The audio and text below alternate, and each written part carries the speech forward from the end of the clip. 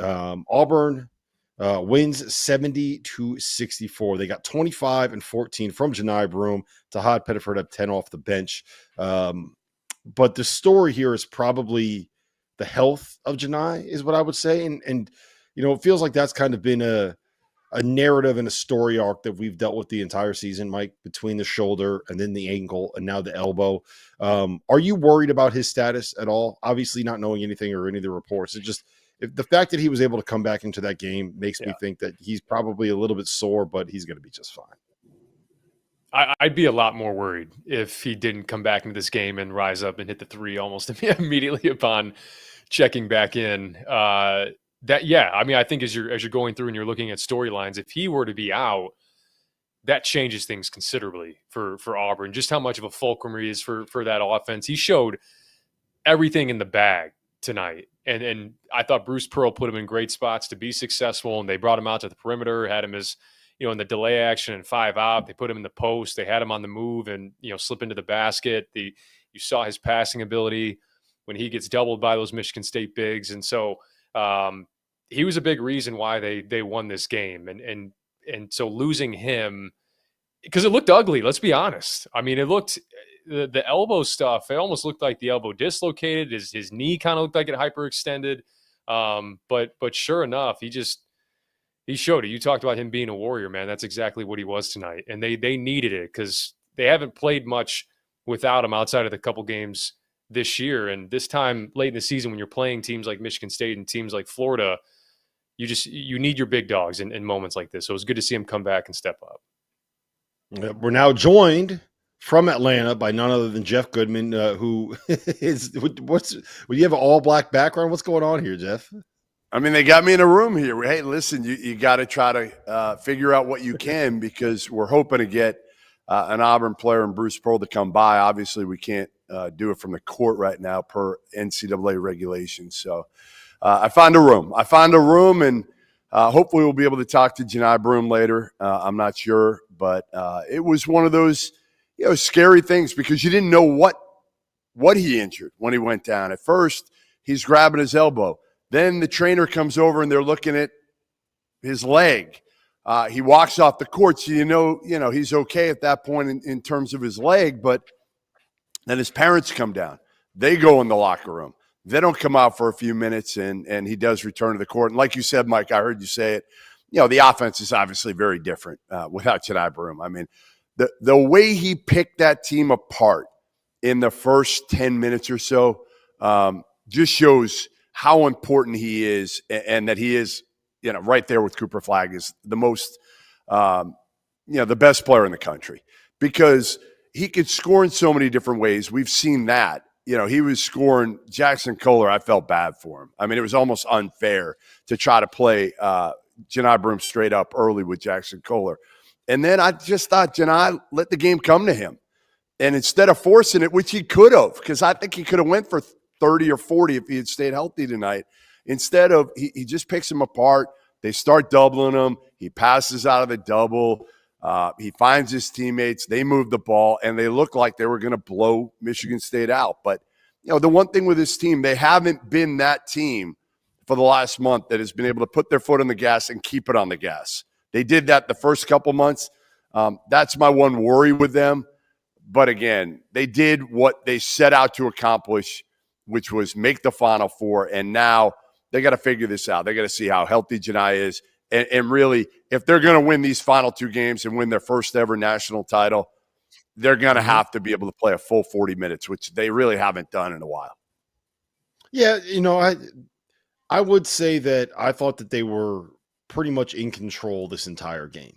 They went on that run early to kind of assert their dominance, right? I think they were up 23-8. There was a 17-0 run in there somewhere. But I don't think Michigan State ever really threatened them. They cut it to 5, Rob. Rob, they cut it to 5 at some point. But it's 5, and it's Michigan State, and it's Tom Izzo. And if they don't hit 4 straight threes in the final minutes, this ends up being like a 15-point game. I get what you're saying, but I thought that they just kind of, they pulled out in front, and they were able to kind of just hold them off and keep them at arm's length. And despite the fact they didn't have room, despite the fact that they weren't dominant for 40 minutes. You can't say they were dominant for 40 minutes. And again, I I know thought they Janai were was out. defensively. I get it. I thought they were 'cause defensively. Cardwell's awesome. And even when Chad Baker-Mazar now isn't making shots, he is locked in defensively. So you're right. I mean, defensively, they were terrific. The offense really struggled without Janai. And even at times when Janai was on the court, after he went through that stretch, there were like 5 straight possessions where he didn't touch the ball. And I'm like, what are we doing here?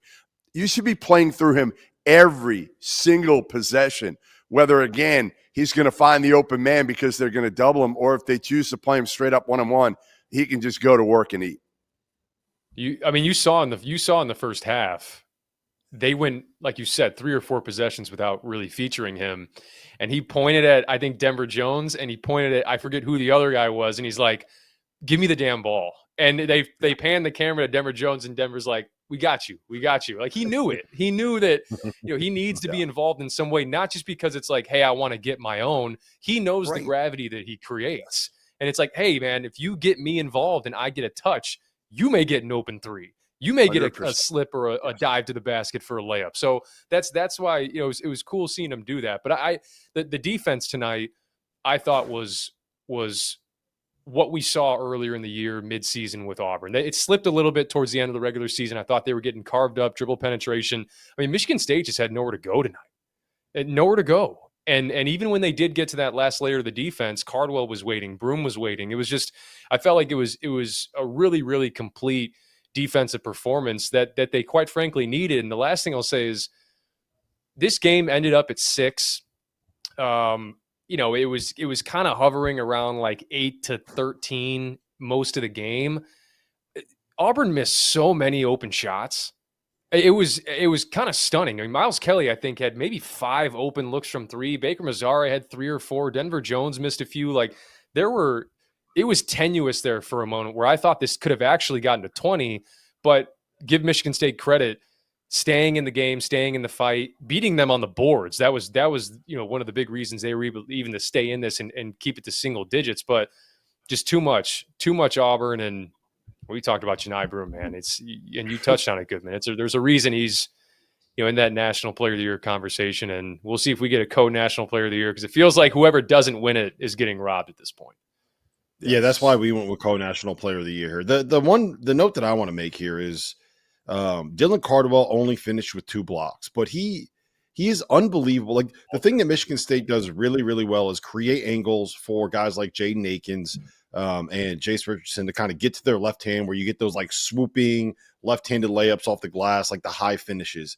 And what Cardwell did incredibly well was just cut off that angle and make them go a little bit further outside. And now they're trying to now instead of like the swoop lane, remember Xavier Simpson, the point guard of Michigan State, that kind of perfected like the running sky hook off the glass. That's what I swear Jaden Akins took 3 or 4 of those, and Jace Richardson had a couple too. And a lot of those was because Dylan Cardwell cut off that angle and did not allow them to be able to get to the rim. And it got to the point where there were 3 or 4 times where they drove and they stopped their drive and they tried to hit a fadeaway over him. He blocked one of them. They missed a couple.